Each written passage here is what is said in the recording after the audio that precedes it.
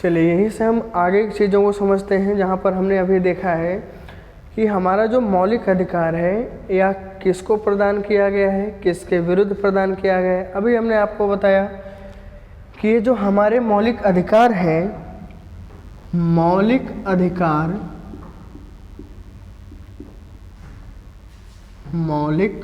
अधिकार जिसको हम फंडामेंटल राइट्स भी बोलते हैं, मौलिक अधिकार व्यक्तियों को प्रदान किए गए हैं। मौलिक अधिकार व्यक्तियों को प्रदान किए गए हैं, प्रदान किए गए हैं। लेकिन ये जो मौलिक अधिकार हैं व्यक्तियों के लिए कैसे आदेश हैं या नागरिकों के लिए कैसे आदेश हैं? तो जो मौलिक अधिकार है, जो हमारा फंडामेंटल राइट्स है, यह जो व्यक्ति हैं या जो भारतीय नागरिक हैं, इनके लिए यह एक सकारात्मक आदेश है। यह एक सकारात्मक आदेश है। और ये जो सकारात्मक आदेश है, सकारात्मक आदेश है क्यों? सकारात्मक आदेश इसलिए है क्योंकि फंडामेंटल राइट्स किसके विरुद्ध प्रदान किया गया है? फंडामेंटल जो राइट्स है यह व्यक्तियों को राज्य के विरुद्ध प्रदान किया गया है। व्यक्तियों को राज्य के विरुद्ध प्रदान किया गया है। राज्य के विरुद्ध प्रदान किया गया है। प्रदान किया गया है। तो यहाँ से अक्सर दो सवाल पूछा जाता है बच्चों कि पहला कि जो मौलिक अधिकार है ये व्यक्तियों के लिए कैसे आदेश हैं? तो यहाँ पर हमारा जवाब होगा कि यह व्यक्तियों के लिए कैसा आदेश होता है? सकारात्मक आदेश होता है। और मौलिक अधिकार राज्यों के लिए कैसा आदेश होता है? तो यहाँ पर हम कह सकते हैं कि ये जो मौलिक अधिकार होता है ये राज्यों के लिए नकारात्मक आदेश होता है। व्यक्तियों के लिए ये कैसा आदेश होता है? व्यक्तियों के लिए नकारात्मक आदेश होता है। नकारात्मक आदेश इसलिए है क्योंकि राज्य कोई ऐसा कानून नहीं बना सकते हैं जिससे हमारे मौलिक अधिकारों में कोई कमी आए या मौलिक अधिकारों का कहीं पर कोई कानून उल्लंघन करे। और अगर ऐसा होता है कि मौलिक अधिकारों में कमी आती है या उल्लंघन किया जाता है या कोई संशोधन किया जाता है तो मौलिक अधिकारों के संरक्षक के रूप में हमारे दो न्यायालय हैं, एक उच्चतम न्यायालय और एक हमारा उच्च न्यायालय। यहाँ से हम आगे चलते हैं, चीज़ों को थोड़ा सा और समझते हैं कि ये जो मौलिक अधिकार है इसमें अक्सर पूछता है आपसे अनुच्छेद 32 के बारे में कि अनुच्छेद 32 क्या है। अनुच्छेद 32 में हमने बताया था कि अनुच्छेद 32 में है संवैधानिक उपचारों का अधिकार।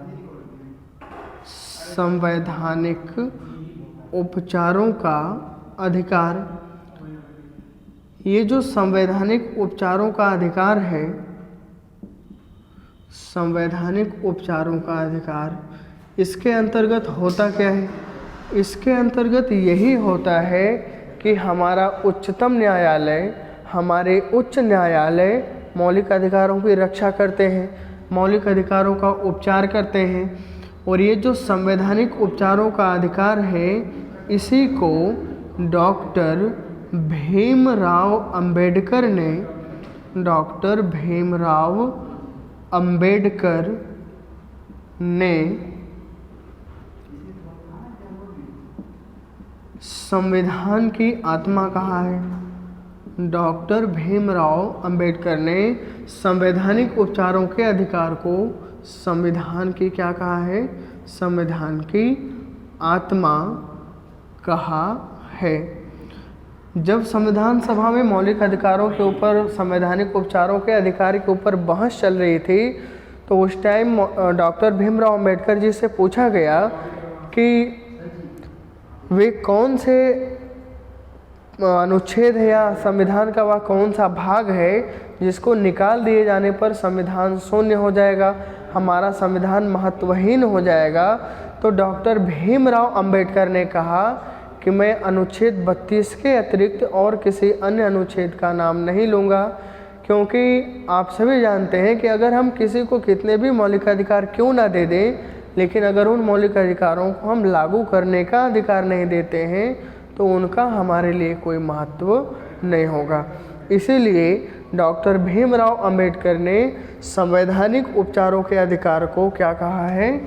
संविधान की आत्मा कहा है। लेकिन यहीं पर एक चीज़ और समझिएगा, अगर आपसे पूछा जाए कि हमारा जो नीति निर्देशक तत्व है, हमारा जो नीति निर्देशक तत्व है, नीति निर्देशक तत्वों को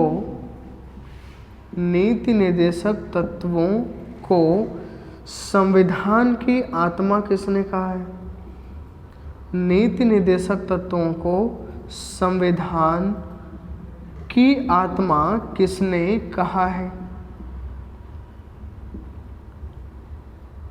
नीति निर्देशक तत्वों को संविधान की आत्मा किसने कहा है?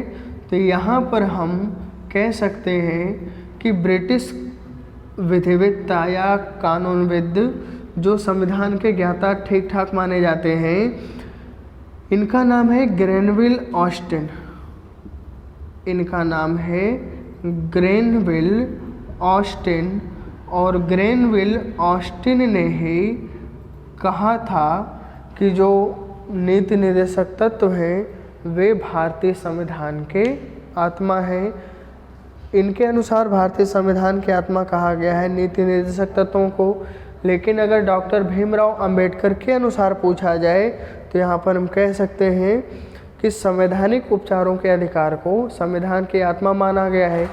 लेकिन अगर किसी के स्टेटमेंट के बगैर, अगर किसी के कथन के बिना अगर आपसे पूछा जाए कि सामान्यतः संविधान की आत्मा किसे माना गया है, किसी के कथन के बिना अगर आपसे पूछा जाए कि संविधान की आत्मा क्या है, संविधान की आत्मा क्या है, या हम किसे कहेंगे संविधान की आत्मा, तो यहाँ पर हम कह सकते हैं कि भारतीय संविधान की जो प्रस्तावना है, भारतीय संविधान की जो प्रस्तावना है, सामान्यतः भारतीय संविधान की प्रस्तावना को हम क्या कहते हैं?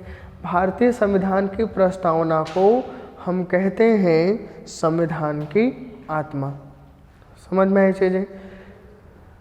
अगर स्टेटमेंट के अनुसार पूछे तो हम कह सकते हैं कि डॉक्टर भीमराव अंबेडकर ने संवैधानिक उपचारों के अधिकार को संविधान की आत्मा कहा है।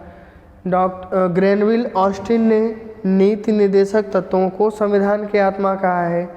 लेकिन सामान्यतः अगर आपसे पूछा जाए बिना किसी के स्टेटमेंट को दिए हुए, तो आप कह सकते हैं कि संविधान की आत्मा कहा जाता है हमारे संविधान की प्रस्तावना को। चीज़ें समझ में आ गई? अभी यहाँ से हम चलते हैं, दो चीज़ें और देखते हैं, अनुच्छेद 12 और अनुच्छेद 13 के बारे में। कि अनुच्छेद 12 और अनुच्छेद 13 में क्या है? आप अक्सर कहीं ना कहीं देखे होंगे, पढ़े होंगे कि अनुच्छेद 12 में राज्य शब्द की परिभाषा दी गई है। तो ऐसे कौन कौन से अनुच्छेद हैं जहाँ पर राज्य शब्द की परिभाषा दी गई है, राज्य शब्द को परिभाषित किया गया है? तो भारतीय संविधान के भाग 3 का अनुच्छेद 12, मतलब मौलिक अधिकार का जो भाग 3 है उसका जो अनुच्छेद 12 है उसमें राज्य शब्द की परिभाषा दी गई है। अनुच्छेद 13 में मौलिक अधिकारों की प्रकृति प्रवृत्ति का वर्णन है। तो यहाँ पर हम आगे चलते हैं, दो चीज़ों को और समझते हैं, ध्यान से समझिएगा। अनुच्छेद 12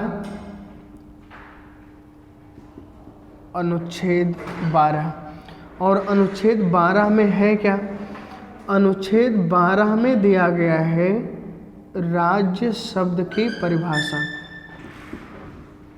अनुच्छेद 12 में दिया गया है राज्य शब्द की परिभाषा, और राज्य शब्द के अंतर्गत आते कौन कौन से लोग हैं या किनको किनको राज्य के अंतर्गत शामिल किया जाता है। तो राज्य के अंतर्गत हम कह सकते हैं हमारी संसद, हमारे राज्य विधानमंडल,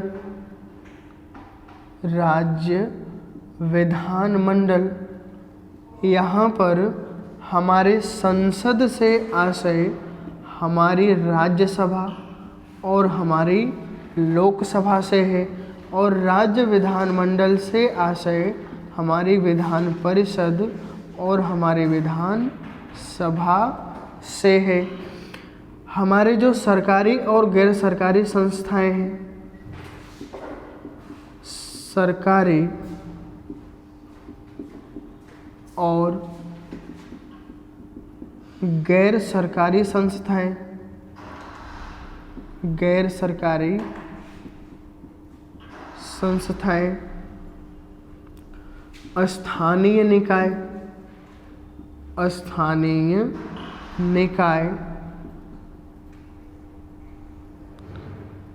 इन सभी को हम शामिल करते हैं हमारे राज्य के अंतर्गत। लेकिन अगर हम पॉलिटिकल साइंस की भाषा में देखें, राजनीति विज्ञान की भाषा में देखें, तो राज्य के अंग क्या होते हैं या राज्य किन तत्वों से, किन अंगों से मिलकर बना होता है, तो वहाँ पर इसके ठीक विपरीत हम चले जाते हैं, वहाँ पर चीज़ें उलट जाती हैं। अगर हम राज्य के बारे में पूछें कि जो हमारा राज्य है इसके कितने अंग हैं, तो हम कह सकते हैं कि राज्य के 4 अंग होते हैं। या राज्य शब्द का, राज्य जो हमारा है, राज्य का गठन 4 अंगों से, 4 तत्वों से मिलकर होता है। 4 अंग या 4 तत्व हैं, और ये 4 अंग या तत्व हैं कौन कौन से? पहला तो होती है हमारी एक सरकार होनी चाहिए। दूसरा हमारा होता है निश्चित जनसंख्या।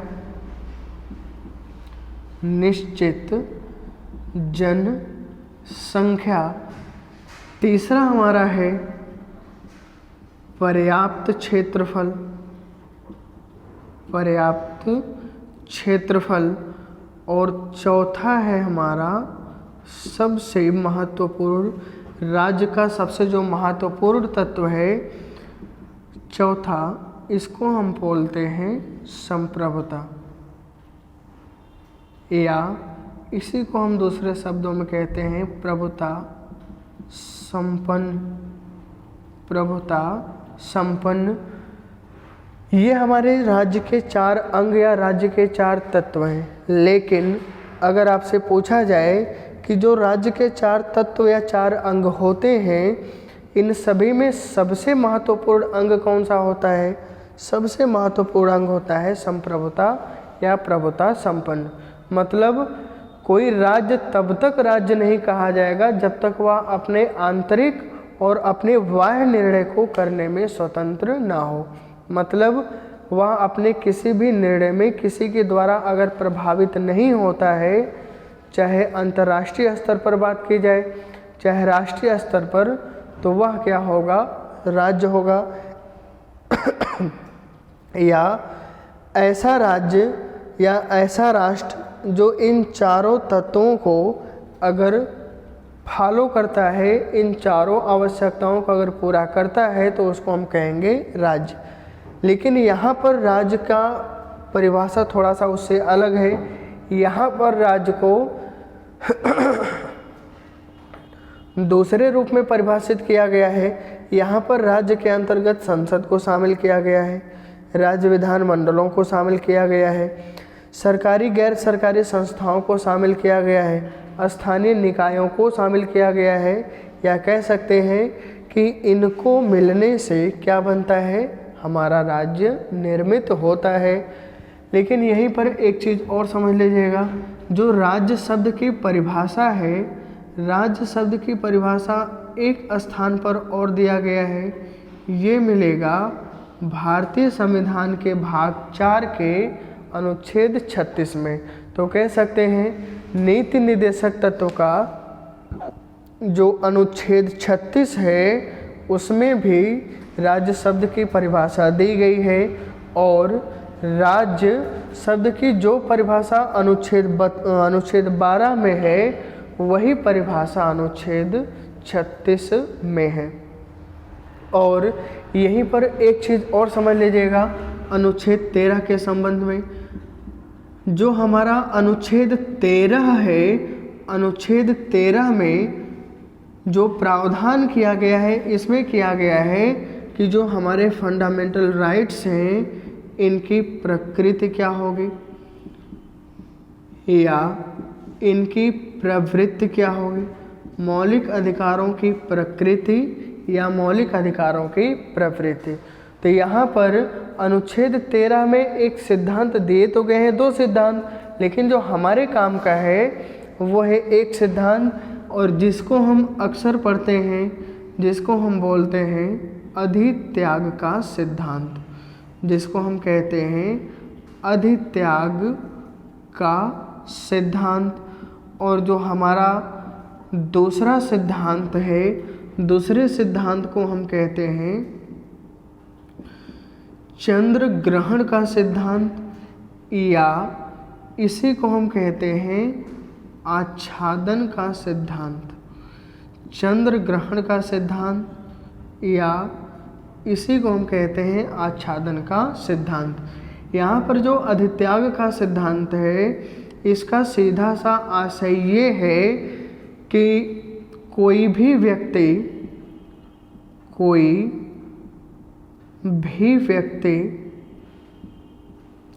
स्वेच्छा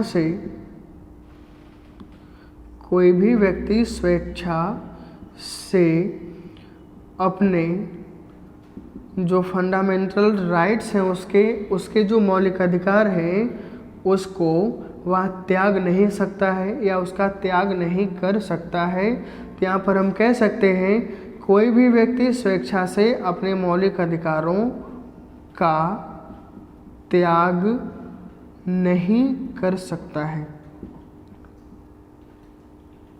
अपने मौलिक अधिकारों का त्याग नहीं कर सकता है। आज की क्लास के लिए बस इतना ही। बाकी आगे की चीज़ें एक एक मौलिक अधिकार के बारे में, एक एक अनुच्छेद के बारे में हम विस्तृत चर्चा करते हैं अगले वीडियो में। और चीज़ें जहाँ पर ना समझ में आई हो, जहाँ पर कोई डाउट हो, कोई क्वेश्चन हो, आप उसको कमेंट बॉक्स में अपना क्वेश्चन डालिएगा, उसको आपके क्वेश्चन को सॉल्व करने का प्रयास किया जाएगा।